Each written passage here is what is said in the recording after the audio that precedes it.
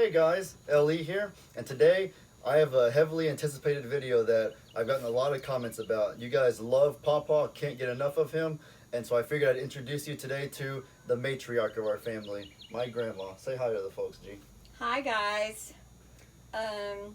So, I don't like to be called grandma. you don't? Let's get that straight. I'm Gigi. Okay.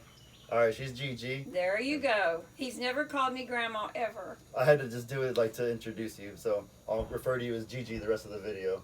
Alright, so right here, I got Jojo, and we got Bandit right here. These are two of their dogs. I guess you could call these Gigi's dogs, and then Pawpaw has Heidi, of course.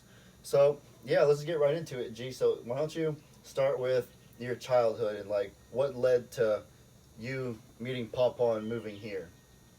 Okay. So, I was born in Beaumont, Texas. I haven't lived in Plum Grove all my life like my husband has. But we were actually from a place called Spurger, and that's where I started school and grew up until I was in the 8th grade. And then my dad, is this okay? Yeah, that's good. Had always wanted to go to California. So he packed us all up and we moved to California. So I started the end of my 8th grade year was in California. But when I was a senior in high school, I'm going to say right up front that God brought my husband to my front door. And that is literally the truth. Because when we moved to California, my mom and dad had a friend and their son went into the Marine Corps. So he would come and visit us on weekends. So one day, Sunday, he came to visit. We were getting ready for church, and his name was Charlie, by the way. Mm-hmm. Charlie came to visit, and he brought my husband. And I couldn't even remember his name, but there was just something I knew about him. And when they left and we got in the car to go to church, I said, I think I'm gonna marry him. And my mom said, Brenda Kay, that is so serious, so silly. You only met him for 10 minutes. But after church, guess what? They came back and we spent the whole afternoon talking. And that must have been in June, maybe May, April, May, June. Mm-hmm. Anyway, we were married less than a year later. So, just gut instinct, you knew you were going to marry Yes. Pawpaw, love at first sight, and then sure enough, less than a year later, you're married. Yeah, and we have 4 children. Mm-hmm. Kim's the oldest, then there's Lester, then there's my other daughter, Christina, then there's the baby, Daniel. So, do you have any funny stories about the kids that'll give the audience a good chuckle or two? I have lots of kid stories, but going back to when they were little bitty, I guess Daniel has always been the most, I'm going to say God conscious. He always, everything he does has something to do with God or Jesus. But I left my purse at church one Sunday morning, so we had to go back late after the church was closed, and back then they didn't lock the church. And I had to go get my purse, and Lester says, Mom, what if there's a ghost in there? And Daniel hushed him up real quick. He said, hey, there's not but one ghost. That's the Holy Ghost, and he don't hurt you. So that's kind of Daniel's attitude like that, and it always has been. Lester was a daddy's boy. He always wanted to spend time with Dad. Sometimes when me and the girls and Daniel would want to go get an ice cream cone or something, and of course my husband, he never went anywhere. He's like homebody. He said he traveled when he was in the Marine Corps for 4 years, and he doesn't want to go anywhere else now, just stay in Plum Grove. I guess that's where I get it from. Then. Yeah. Get being a homebody. Anytime we wanted to go somewhere, Lester wanted to stay home with Jean. So he was more of a daddy's boy. Both the boys play football in high school. Both the boys, of course, graduated, went on to college. Lester's a wonderful, wonderful teacher. And Daniel is a project manager for Weber Construction Company. He's the supervisor all of Northeast Texas. I think. Were any of the kids particularly rebellious or defiant back in the day? Lester was awesome. He hardly ever missed a curfew. But when Tina started dating, Lester would call us, "Mom, you don't know who I saw her talking to." And he would tell us, he would call us. Oh, he was a snitch? He was a snitch. My dad was, oh, of course, my dad's the obedient one, but he's a snitch. He was a Wow. snitch, and he told us everybody that Tina talked to, who she rode with, where she went, and of course, as far as Tina goes, that ruined her life because Lester was telling on her for everything. Oh my God, that's so funny. Kim was the oldest, so she was well trained, I guess. We had to practice on her. We were a lot harder with her than we were with the other kids. So basically the method was just like train the first one hard and the other ones just follow suit, basically? Which they didn't do. Daniel was kind of the daredevil. I can tell you this story's horrible. Daniel always come and talk to me when he got home at night, always. And he was always home by midnight. But one night I noticed he had yellow paint on his shoes. And I said, "Baby, why do you have yellow paint on your shoes?" And he said, "Well, I was helping someone paint their bedroom." I thought, well, that was so sweet. So Monday, when I'm driving home from my bus, I happened to glance over, and it's the Splendor water tower.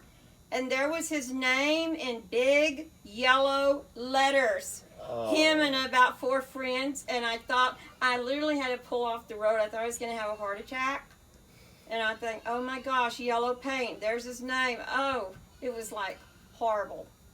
Horrible. Yeah. But when we took Lester's curfew off of him, Lester, you know, you're graduated now. No curfew, baby. So he was happy, I suppose. But my husband and I were sitting on the front porch with coffee about 6 o'clock. I guess it was a Saturday morning, and Lester comes driving up. So he had pushed his curfew all the way to 6 o'clock the next 6 morning. a.m. We never said a word. "Hi, baby, how was your night?" And we just let it go with that. So Just let it be. yeah, we all had a good life. I think my kids had a good life growing up. We always rode horses. We all had our own horse, and so in Saturday mornings we would all get up, saddle up, and spend a lot of time riding, playing hide and seek in the back. It was a lot of fun. Good memories. Yeah, we've been blessed to have a really amazing life, and it's thanks to you guys, honestly. And I guess it doesn't really matter if you take an unorthodox approach for certain things, as long as you have your loved ones to like help you through it. You can still make it. You can still be happy at the end of the day, basically. I feel like. Right. So I think we're all close. We still have Sunday dinner together every Sunday. Not everybody can show up on every Sunday, but we're here. And basically, we cook, and anybody that wants to, and almost everybody shows up. Since the corona, this is the first time Ellie and I have sat together. Don't worry, I'm good. I'm a homebody. Like basically, corona life for me is hardly any different from the pre-corona life. I've always been a homebody, so I'm good. Yeah, this is our first time to actually sit together and talk or be together at all. Yeah, on that note, that basically covers, I guess, the past. So let's focus on the present and the future. So what are your thoughts about the sanctuary and all of that, and just the way that's kind of taken off the last year or so? I love the fact that Lester does the sanctuary. At first, I thought he was maybe biting off a little more than he needed to, because I guess you guys know that in Harvey, he lost his whole house. And I remember he told me people don't get it, and they don't unless you actually had that happen to you. Because he said they took a donation up at school, and they brought him this huge box of cleaning supplies. And he said, "Mom, I nearly lost my mind because I have nothing to clean. There's just nothing there." His house was literally gutted. Mm-hmm. And he said, people don't realize. And I said, "Thank you very much, but there's nothing to clean." He had to totally rebuild. So our house had 4.5 foot of water. Mm-hmm. But we're on a slab, and our house is made of logs, so we were just able to take it out, pressure wash it good, and replace the center walls, and our upstairs was fine to live in until we got that finished. So, but Lester, everybody lost their homes, lost their houses, so everybody was kind of working by themselves on their own. And he was way down. He's like sort of down the hill, so he was working on his own, and it was hard. But when he started gathering up the animals, it seemed to like ease him a little bit. He seemed to get better spirits. Mm-hmm. And yeah, for those of y'all that didn't know, what's now Kim's cottage, my dad built that from scratch, basically. Well, I mean, I guess the foundation was still there, but that was literally it. Like G said, everything else was gutted. So yeah. he, excuse my French, or pardon my French, he busted his ass on that on Kim's cottage. Kim's polished it up since then, made it look really beautiful. But my dad made that into our home for about a year or two after Hurricane Harvey. Right. So we gotta tip our hats to my dad for that effort that he put forth. All right, G, so the last thing I want to ask you is, what is like your biggest takeaway from your role with the sanctuary, replying to comments? Like, what's the biggest lessons you've learned from it? Well, I've learned that going through Harvey, we weren't alone, and everybody has their own trials that they go through daily. I've seen that people have lost family members, people have lost their jobs, and no matter what you're going through, there's always someone out there that has gone through the same thing or is going through the same thing, and that's what gives us all a connection. It's just like, this is the Morrow family, and we have a church family. We also have an I'm a Survivor family that we can talk to when we need to talk, and say a little bit of our life if we want to say it. But we're also a family there because we share the animals and the love for Lester and the love for each other. Yeah, I think it's very well said. It takes many different forms, but you know, the adversity is one of the common threads that we have, and it helps us like grow together, and it helps us like just have each other to get through difficult times. So right, I think when you're going through something, just to have somebody to vent to, or just to mention it to, or to see that someone's been through it also, it helps what you're going through. Well, I'm not the only one. Mm-hmm. Yeah, right. You guys help us push through all of our hardships on a daily basis, and we couldn't thank you enough for it. There's no way we could put it into words the impact that it has on us every single day. So yeah, I agree. That's very well said. Yeah, I get a joy too out of seeing what people have overcome.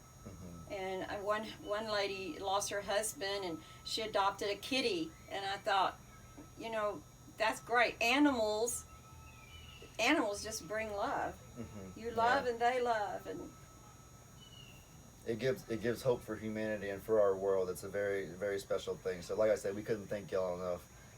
But right. Well, that's about all the time we got, G. I really hope. Thank you so much for doing this. I hope they enjoy it. I know they're gonna love you, actually. I do too. And well, I don't know if they're gonna love me or not. No, they will. They'll love you. This is me. They'll love you just like they love Pawpaw. There's no doubt about it. But yeah, hope you guys enjoyed. Be sure to let me know in the comments what kind of stuff you guys want to see. Hope you have a great day. And as I always say, your boy Ellie out.